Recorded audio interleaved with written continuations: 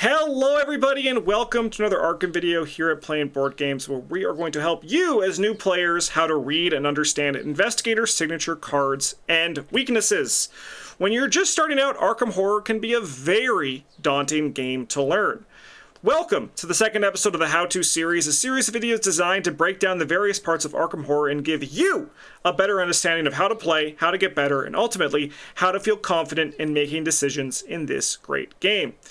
For this second episode, we will continue from breaking down the Investigator cards to breaking down Investigator signature cards and signature weaknesses, as well as basic weaknesses that come with this.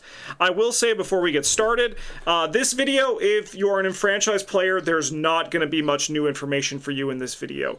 Likewise, we're not going to be talking about weird edge cases that might show up with the things we talk about. We're going to be talking about a generalized knowledge base here for new players to how to read and understand these signature cards as well as weaknesses when they come to it.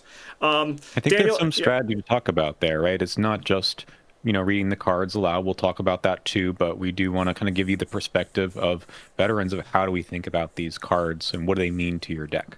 Yeah, but this is not we're not going super deep, so just it's kind of here for the super new players who might just be getting started with this new Chapter 2 stuff. Welcome to Arkham. The game's incredible. I hope you end up loving it as much as we do. All right, what are deck building requirements? So these are what we have here. Daniela's Wrench and In Harm's Way, one random basic weakness. On the back of the Investigator card we talked about in the last one, there's always the deck size, the deck building options. Sometimes there's additional requirements or additional rules, but everyone also has deck building requirements. These are usually 3 cards, most commonly 3 cards, that do not count towards your deck size, and they always include your signature card, your signature weakness, and then the random basic weakness. These, for Daniela, as we can see here, would mean that she would have the 30 cards in her deck that you choose as a player to put in, as well as her Wrench, which is her signature, and In Harm's Way, which is her signature weakness. These are generally cards that both help your Investigator in terms of the signature card, because Danielle's Wrench gives her a way to fight and be able to use her ability. They're kind of like are there to enhance your Investigator. And your signature weakness is there to specifically hinder your Investigator in a way that is more unique to them, as opposed to just generally being an effect that hurts more people. So the idea is that Daniela's Wrench is going to use... Daniela is going to use her Wrench better than any other Investigator in the game, in theory, and Daniela Reyes is going to be more affected by In Harm's Way compared to other Investigators. That's the theory behind these cards. They're kind of just like expanding on your Investigator's ability, their flavor, their power, all that kind of thing. I think of note for Daniela, having an extra weapon is really nice to have, that it doesn't require you to add an extra card to your deck. That's just giving you a little more direction about what you probably want to do. Yeah. And then it is one of those things where, when you get deeper on into this, you'll be able to, understand and make decisions like that, where Daniela is like, I have an extra weapon in my deck. Maybe that means I don't need to include multiple when it comes to it. Signature cards are player cards unless otherwise stated that go into your deck. That's kind of like they work the same as other cards, which means that once you put them in, you have to put in these ones. You will have to find them and draw them during the scenario like you would with any other card. They are often stronger than the other cards in your starting deck and provide a good power boost for your Investigator. There are 3 types of player cards: asset, event, and skill. This is where we're going to break down these cards here, because I think that they are where we kind of learn what a player card is and why, what all the numbers and symbols and stuff mean on them, for kind of understanding that. One thing that they have done starting here, which is I think a little bit nice, is that all of the signature cards are now in that Investigator's class. So we have Daniela, as we saw with the Wrench, it was in the Guardian class. Miguel's Knapsack from the Miguel de la Cruz deck is in the Survivor class. Dexter's class card is in the Mystic class. And we have Andre's skills that are in the Rogue class. I'll give you I'll throw this one to you, Daniel. Give me an elevator pitch of what the difference between asset, event, and skill are for new players, just so they can kind of understand what the difference is between these cards. Yeah, I think it's also really interesting in the context of the signature card. Miguel's Knapsack is an asset. This means you're going to play it from your hand as an action, and it's going to stay in your play area until it leaves play. It's there basically, hopefully forever, and that means that there's an ability on it that you want to use as much as possible. For Miguel, he likes playing events. The ability here gets to fire off whenever you play an event. That's really good. That's assets. For events and skills, these are pretty much one shots. So you use them once. They have a very powerful ability, especially Dexter's right there in the middle, and then they go away into your discard pile. You might see it again through some kind of recursion or going through the deck, but probably not. And that's okay because they're really good. For events, they sometimes cost resources. This one doesn't. For skills, they don't cost resources, and they're not played. They're part of a skill test. They help you pass the skill test, and maybe you get some other ability too. In the case of Andre's Know the Scene card here, it's just giving you extra icons to help you pass the test if you're doing that particular kind of skill test, investigation or parlay. So the asset, I mean, everyone gets a different type, right? The asset ones are very powerful, but it doesn't mean the other ones aren't good or useful. But when you're playing the game, you kind of want to, if you're playing Miguel, you want to get this card out. That's kind of one of your goals. The other ones, they might just come up as you're playing, and it's nice when you find them, but they're not necessarily part of your game plan of playing the rest of the game. Yeah, and I think that's a good way for like the understanding your investigator is when you look at your signatures, you can ask yourself, what would I want to do with this card? And the card types actually do a good way of guiding you for like what you should be thinking about with those cards. Like even with these examples here, assets, you generally want to play them as soon as possible because they get the most value the longer they are in play, right? For events, it's more like, ooh, this is just an impactful big effect that lets me do something once, so I kind of want to use it when it comes up, or in the case of I mean, again, it just kind of depends on it, but it's like events are kind of like, ooh, when can I play these at the most impactful moments? And skill cards generally are just when they're useful. They kind of like go down and just like I guess I want to say like the importance of them to your deck, right? Like assets generally are more important to like a potential game plan, and skills are like less important to the game plan and more just kind of value. Not to say that one is stronger than the other, but just kind of comes to comprehending it. Especially for new players, skill icons and skill cards, I think there's a big difference there where skill cards are different because while every card has skill icons, skills are the only cards that have text that are relevant when they are committed. That's kind of what separates them. So like you could commit the For My Next Trick or Miguel's Knapsack to a test, but the text on the cards doesn't matter for that, just the skill icons. With Know the Scene, the skill icons matter and the card text matters. That's right. I should also add that the power of the cards, the signature cards, aren't supposed to be balanced across every investigator. Like it's part of the whole package. So if you're playing an investigator that has an asset signature, that doesn't mean that they're automatically a lot better than someone who has an event or skill signature. Like that's just, it's part of the whole package. In fact, for Andre, we're looking at just one of his skills. He actually gets 3 signatures. Yeah. So they're all skills. They're all very similar, but that kind of balances things out a little bit in some regard that he gets more of them because they are just these one-shot effects. Yeah, and this is when what I was talking about earlier is that generally the deck building requirements are 1, 1, and 1 for the signature weakness and random basic weakness. But every investigator is a snowflake, right? Like they all have their own little special things that make them unique to kind of further enhance it, right? Because like even the thing we're talking about Miguel's Knapsack, and Miguel changes quite a bit depending on when he has the knapsack or not in play. But For My Next Trick is one of the strongest signatures we've ever seen printed, right? So it's like the type of card does not determine the amount of power that a signature has. These are just directions and ways to further enhance your investigator, and as you're a new player, understand what your investigator should be doing. So like we look at Miguel's Knapsack, you want to be playing events, so I want to look at playing events in my deck, right? It just gives you guidance. For My Next Trick, spell or item assets, you could be like, ooh, so I think I want to run a lot of spells and items in my deck.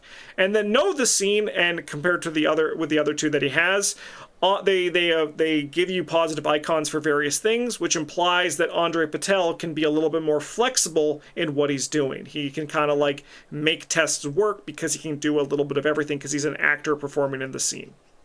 Mm-hmm. All right, now we're going to get into the nitty gritty and we're going to just talk about what all these numbers and stuff are on these cards. We're going to go through these relatively quickly, so we're going to kind of give just like a basic understanding of what these mean and why they might matter. First up, the card name. Nice and easy. This is the name of the card. This will match the deck building requirements on the back for these signatures, and they're also how you define what the card is. One thing that we should point out is it doesn't matter for Miguel's knapsack, but that little star next to his name is the unique symbol, which means that you can only have one of these in play at the table. All investigators have the unique symbol, but it's going to matter more for player cards, especially once you get into deck building in the next video in this series, but just something to be aware of. This is the cost, level, and card type. Daniel, what the hell is that white line for the level of the card here? Right. The level of the card usually is indicated by the number of pips, it's little white dots. This doesn't exist for signatures. They are not having a level at all. They're levelless. They're not level 0. They're not level 5. They're just signature cards. Yep. So yeah, they'll generally go to 0 to 5, but these guys live outside of that. Cost of the card is the amount of resources you need to play the card, and the card type you can see underneath it, it's asset, event, and skill in that cool little triangle thing that they got down there. Mm-hmm. This is the card class icon. In Chapter 2, they've made these all in the same place, which actually, honestly, looks a lot nicer now that when you put them all kind of together like this. It's nice to be able to see them all uniform like that. This just designates what the class is for you to know as a player. If you perchance can't see colors, it can help you with that as well, because that's another way to define that. Funny that the titles are now in different places from the class symbol, though. A big thing for these are going to matter more when it comes to deck building, which we're going to talk about in the next video, going back to the deck building options that your investigator has. These are the skill icons on the card. When you want to commit a card to a test, these are the icons that it can boost, which means that if you use Miguel's knapsack, you get 2 wild. So if you were doing a fist test at 4, you can commit this to go to 6. For my next trick gives you a willpower, an agility, and a wild, and then the know the stage gives a wild, but has some some player card text that matters, because again, skills matter more for committing to skill tests than just cards on assets or events for committing. Traits and text box. This is where we find out what the card does and the traits that might be relevant. What I really like about this one is that the Dexter signature for my next trick is actually kind of teaching you why traits might matter, in the sense that, like, oh, the spell and item the traits are actually relevant. I'm looking for these traits. So it's a good example of why these traits might matter, because Dexter is specifically looking for spells and items beyond just card types or like effect types. This one actually matters for the traits to show that these traits are sometimes relevant besides just being a designator for the card. I do think it's cool too for Dexter, is like he's Mystic and Rogue, and this card is Spell and Trick, which is generally Mystic and Rogue. Yeah. Of course, the title also is for my next trick, so it better be a trick, right? It better be, yeah, it better be, or else we'd be raising a stink. All right, so these next ones we're going to talk about, these are just on assets. These are not on events and skills. This is not to say they never will be on these cards, because Arkham is a weird place where weird things can happen. Who knows? But this is where most commonly found on assets, and at this point only found on assets. Health and sanity determines how much health it can take, just like your investigator, and how much sanity it can take. And slots, you have a limited number of slots. Let's see if we can name them all. Hand. You have 2 hand slots, you have 2 arcane slots, you have 1 accessory slot, you have 1 body slot, you have 1 hat slot, and there's 1 tarot slot that won't be relevant. Did I miss any? Ally? Ally, the most important slot. There are 9 slots in this game. That's a lot. Yeah, Ally is a very important one. So yeah, those are all the slots that you can have filled. So if they are filled, you have to then lose 1. You can't have like 2 body slots in play at the same time. So if you play 1, you'll have to discard the other, yada, yada, yada. So that's why slots matter. Can't believe I forgot ally. Got the tarot card slot, though, which is not going to probably be relevant ever again. Yep. All right. Anything you want to add about kind of just like looking and like understanding assets, events, or skills, or should we kind of move on here? Just I want to reiterate, because it just always comes up. Again, the skill icons are only used for when you commit the card, when it's in play or you play it, like for the event or for the asset. Those don't matter unless otherwise specified. You're just getting the icons once you commit it, and that means you don't use the rest of the card box either. Yes, yeah. I think a good way to look at it is that cards are kind of dual function in this game, where for assets and events they can be either played or committed, and skill icons can only be committed. So it's like one of those things where when you're using the dual use cards for one of their uses, you don't get the other use out of it. Yep. All right. Next, let's break down signature weaknesses and basic weaknesses. These function similarly and can be called weaknesses as a whole. So when we talk about weaknesses, we generally are referring to both signature and basic weaknesses. So when we say like, what are the weaknesses in your Daniela's deck? Generally, people only say the random basic weakness, but the signature weakness is also part of this thing that we have here. Like Investigator signatures, weaknesses go into your deck unless otherwise stated, and their goal is to hinder your Investigator and make winning the scenario harder. Signature weaknesses will target your Investigator specifically, while basic weaknesses are more generalized in how they threaten you. So with that, Daniel, I want to throw this to you. How can you as a player, like how do these affect you differently in terms of like deck building and how you approach them? Right, so the rules for adding basic weaknesses to your deck is that it happens after deck building is done. So when you're building your deck, you should plan around your signature card and your signature weakness. It has to be dealt with in some way. Either if you're playing solo, you got to figure it out, or if you're playing in multiplayer, you can kind of figure that out on the table. The basic weakness, though, it's random. You don't know what's going to be, and when it shows up in your deck right before you play that first scenario, well, you can look at it, and then you'll need to improvise. Maybe you'll have to add some other things afterwards or talk through the table about how you might need to deal with it. Some of them are more impactful than others on the particular deck that you built. So have fun. You never know what you're going to get. Yeah, the theory is that they are more like... The theory is that they're more universal, that they affect everybody like the same, right? But the truth is that sometimes they're going to affect other investigators more. That's just the nature of the game. Most of the time, you shouldn't be scared of rolling for your random basic weakness. Like, you can get something that will really suck, right? A lot of players, when they just start out, and actually a lot of players who play quite a bit, they do a thing where they roll three. They roll 3 random basic weaknesses, choose 2 of them, and then randomize between those 2. So you can like get something that really hinders your deck. I support diving in and just trying it out, like just like play with the rules as intended.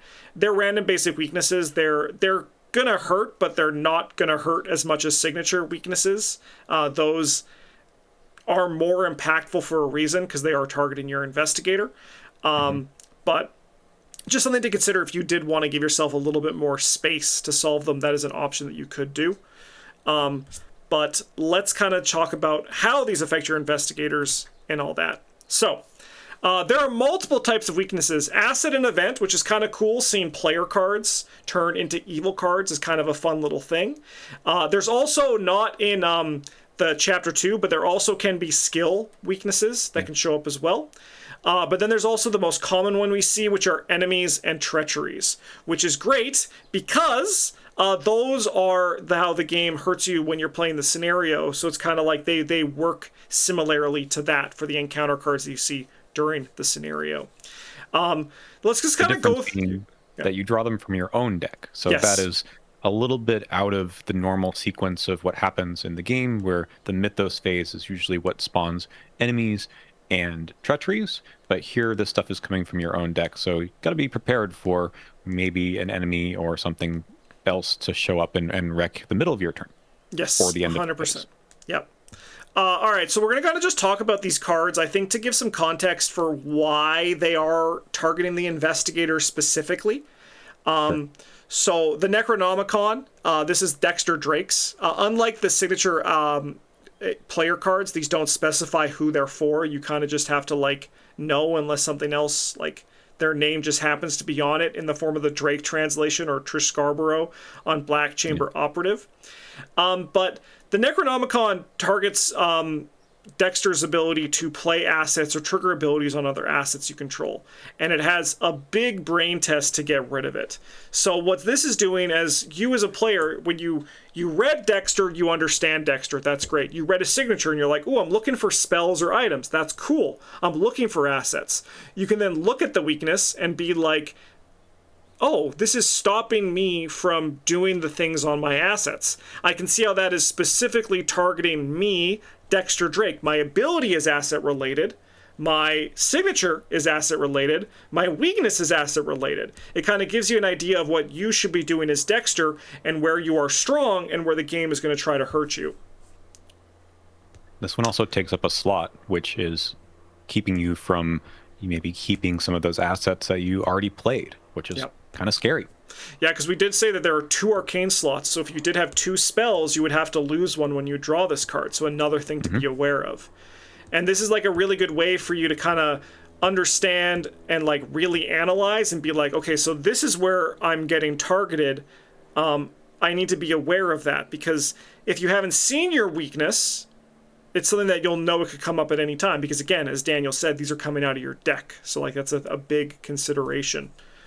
Dead Ends here is Joe Diamond signature weakness, and this one doesn't really, you know how we said like it usually gives like some sort of idea for what the investigator does?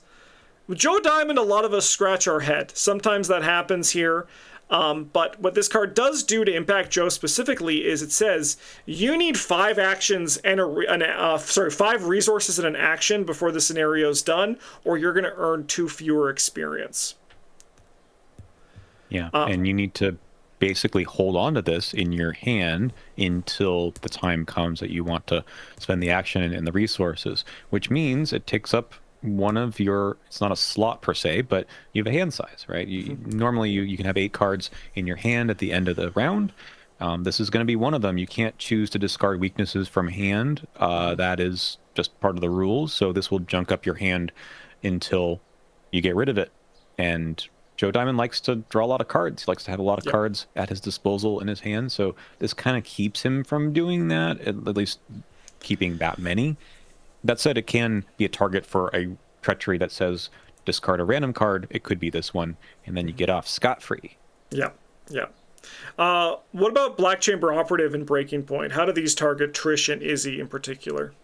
Wow, quite a bit, right? I think Dexter's is like pretty direct. Yeah. Like, as you said, asset, and then it says, don't do that, no assets for you. Black Chamber Operative is so Trish likes to evade enemies. That's kind of her deal. And this is a tough enemy to evade. It's got a 4 evade value. That's not easy at all, because Trish only has 4 base.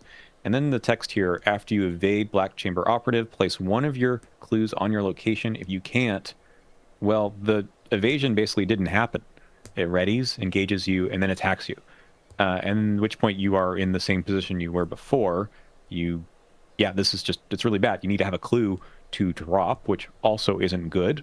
So how do you solve this problem? Most of the time you look to someone else and say, this is just a 2 health enemy. Please throw, something over there, like a wrench or a bullet or something, and kill the enemy.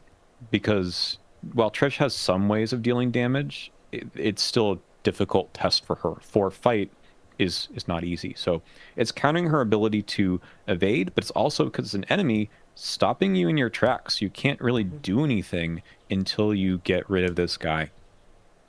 Yeah. And it's one of those things that if you don't have other players to lean on, if you're playing solo, you need to come up with a solution for this card yourself, which Trish has options in if you have like the full chapter 2 pool, but it's a very impactful thing that you need to be aware of, that you need to have a solution to this card. The nice thing is you do have an extra action to evade, so even if you're just planning on evading this guy and dropping the clue, you have a couple shots at doing that. Maybe you've got some good skill icons to throw. Maybe you'll pick up the clue again later. it's not impossible, but it is a very much a deal with me right now, which is also the case for the Necronomicon. It's harder to to sit with that in your play area for too long. Yeah. Unlike dead ends. And the breaking point is different. Breaking point is a treachery, so on revelation, this just happens to you. There's no actions you need to waste. You don't need to take any tests. This just happens.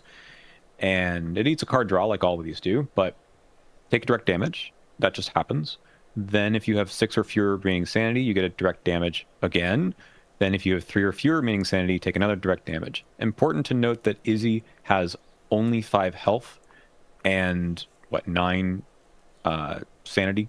So it's tougher for her to use up all of that sanity to make this hit a number of times, but her whole ability is to take direct horror to recur skill cards from her discard pile. So you actually might be sitting with quite a few horror tokens on your investigator chart and maybe taking a lot of damage, which could just flat out eliminate you from the game. So you have to figure out a way to mitigate, while this is still in your deck, that from happening. Like, don't take too much, don't use your ability too much until you've already drawn this, or do some healing or something.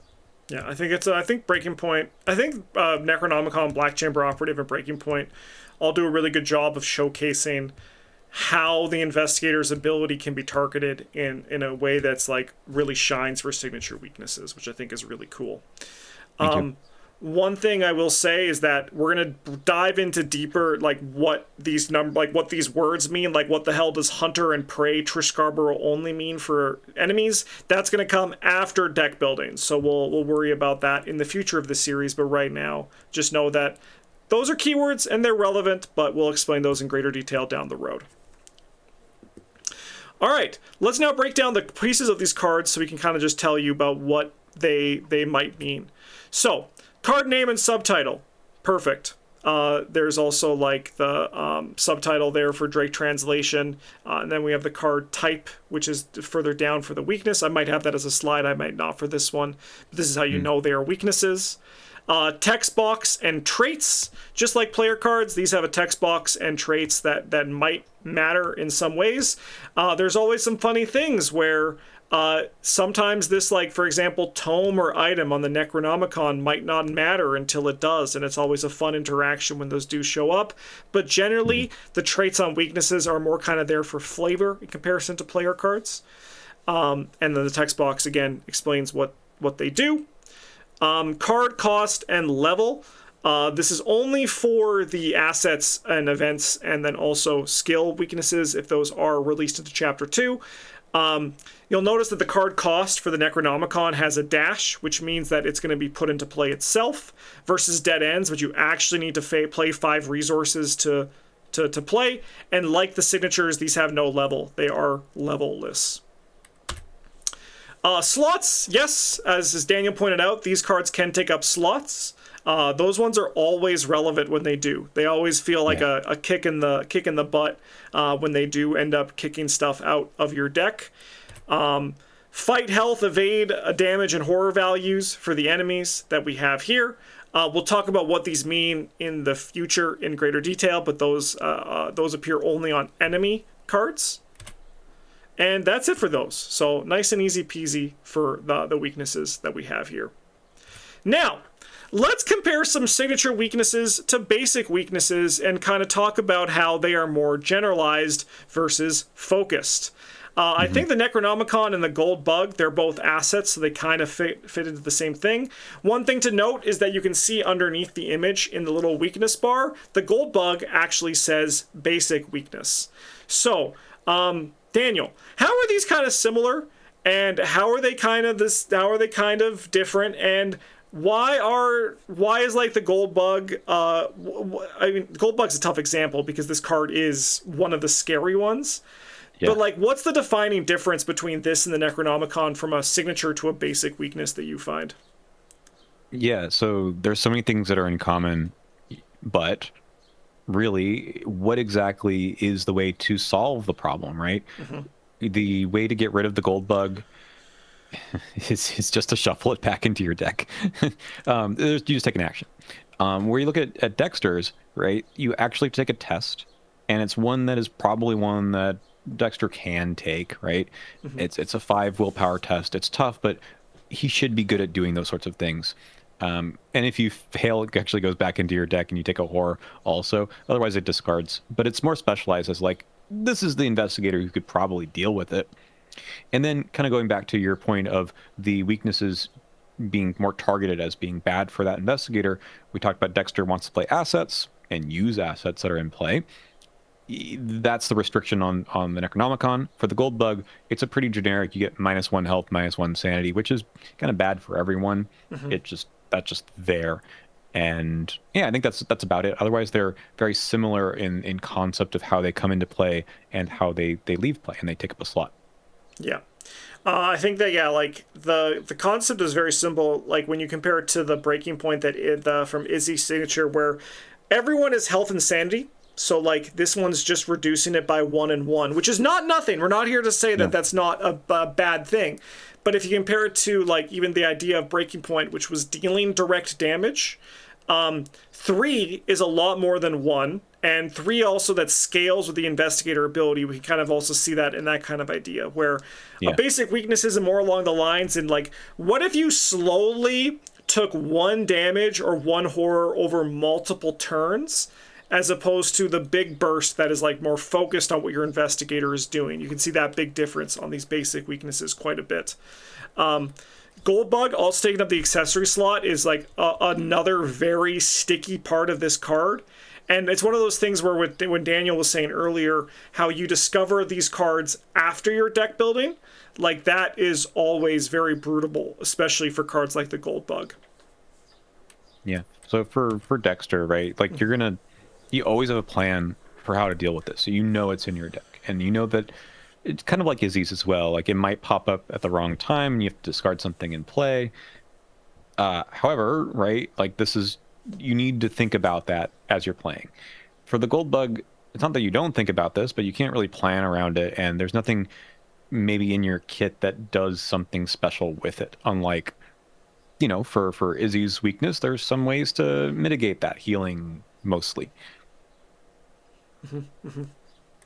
All right, let's go into another thing to compare here. Black Chamber Operative and the Nameless Lurker. So this is an enemy signature weakness and then an enemy basic weakness. I think the big thing, before we even look at the text box on these cards, is the stat line, right? Like the 424 compared to 212, right? Yeah. Generally, enemy weaknesses are a lot easier to kill if they're basic weaknesses compared to signature weaknesses. This, again, is not always the case. Like, when we say generally, there's always going to be exceptions, but generally, that's where you can find this kind of thing. The threat of these guys is also, it's like more generalized, right? Nameless Lurker is going to place a doom on it, but it doesn't care about your evading it, it's not going to like try to trick you like the way the Black Chamber Operative does, where it targets specifically Trish Scarborough. The Nameless Lurker is just a guy. Like, the Nameless Lurker is an enemy that, while a signature weakness enemy could feel like it comes out of the Mythos deck, a basic weakness enemy always feels like it's just like it could be in a scenario where the signature ones feel like as if they're a bit more targeted for reasons to specifically target the investigator. This is also kind of, it's not always true for basic weaknesses, but especially for the enemy ones, kind of anyone can deal with them. And especially with this guy, the Doom is actually everyone's problem. So that makes it a little bit different from the signature weaknesses that are usually just here to wreck that investigator's day. This guy is going to mess with everyone. Yeah. And again, we're not saying like, I actually chose 2 pretty scary basic weaknesses on purpose for this video to kind of just show that basic weaknesses does not mean that they're easy to solve, right? Like that they're easier to solve, right? But the chapter 2 basic weaknesses are actually pretty brutal. We had a whole video talking about those. But they're one of those things that like it's kind of the philosophy of the design behind them is that there is a difference between the two.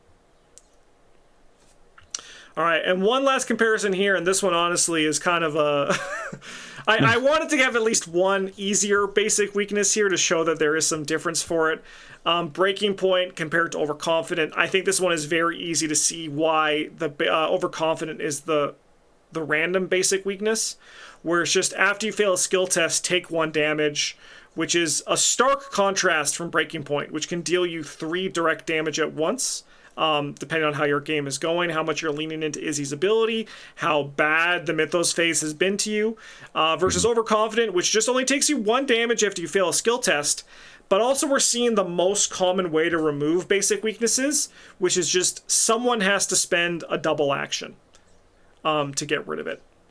Yeah, these treacheries, as I mentioned with the enemies, like they're kind of everyone's problem, sort of. At least anyone can deal with them. The weaknesses that are treacheries that have this way of discarding, anyone can get rid of them too. So if you can't spare those actions, probably someone else can on their turn.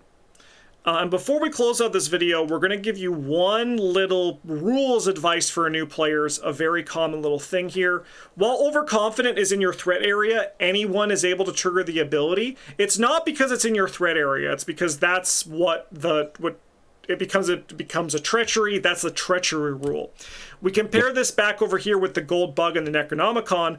While they are in your threat area, only you can trigger abilities on assets you control, but anyone can trigger abilities on treacheries in people's threat areas. So another investigator cannot use the action on shuffle the gold bug into your deck, even though they could do it on the Overconfident. So just a weird little rule thing where it's because it's not the threat area that makes it a thing. It's the fact that it's a treachery in your threat area as opposed to an asset in your threat area. Yeah, player card types, only the people who control them can deal with them. Enemies and treacheries, anyone can deal with them. Yep. All right, hopefully this has helped you have a better grasp on reading and understanding your investigator signature and weaknesses. We'll be back for another episode of the How To series soon, focusing on one of the most daunting aspects of Arkham Horror, the deck building. Thanks for watching, sorry. Consider subscribing to both Playing Board Games Quick Learner for more Learn to Play content, and subscribe to more Playing Board Games if you want some Arkham and board game gameplay in the future. Any last piece of advice you want to give to new players, or should we just send them on their way and say good frickin' luck? No, I do think there's actually more to all of this in terms of just like we sit down and talk about the basic concepts, and I don't know, I never really thought about some of those design philosophies of, you know, who deals with these different threats in different ways. So this is cool. It's a good discussion even for the veterans, and I feel like I learned things just by slowing down and talking things out as well. It is very strange to try to just talk about it on the complete surface level, but I think it's a nice thing for even us to be like, so why, from a new player, what does this mean for a new player versus us as in franchise players? So I hope you guys got something out of it too. Thanks for watching, everybody. If you want to support the channel, as I said, like, comment, subscribe, all that kind of stuff. We also have a Patreon if you want to support and go above and beyond.